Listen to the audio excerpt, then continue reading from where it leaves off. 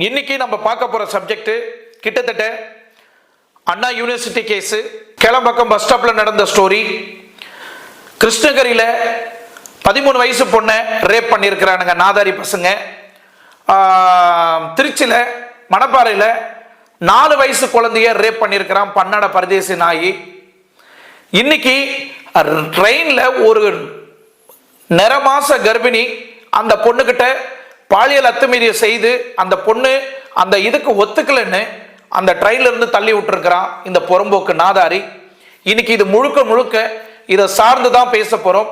அது மட்டும் இல்ல, அரசாங்கம் புது புது சட்டங்கள் எடுத்துட்டு வந்தாங்க. 2025 பில் பாசிங் அப்படின்னா இந்த 10 வயசுல ரேப் பண்ணா என்ன பண்ணுவோம், 13 வயசுல ரேப் பண்ணா என்ன பண்ணுவோம், 14 வயசுல ரேப் பண்ணா என்ன பண்ணுவோம், தூக்கு தண்டனை எப்படி கொடுக்க போறோம், நிறைய சட்ட திட்டங்களை புதுசா எடுத்துட்டு வந்தாங்க. போக்சோ ஆக்ட் என்ன பண்றாங்க,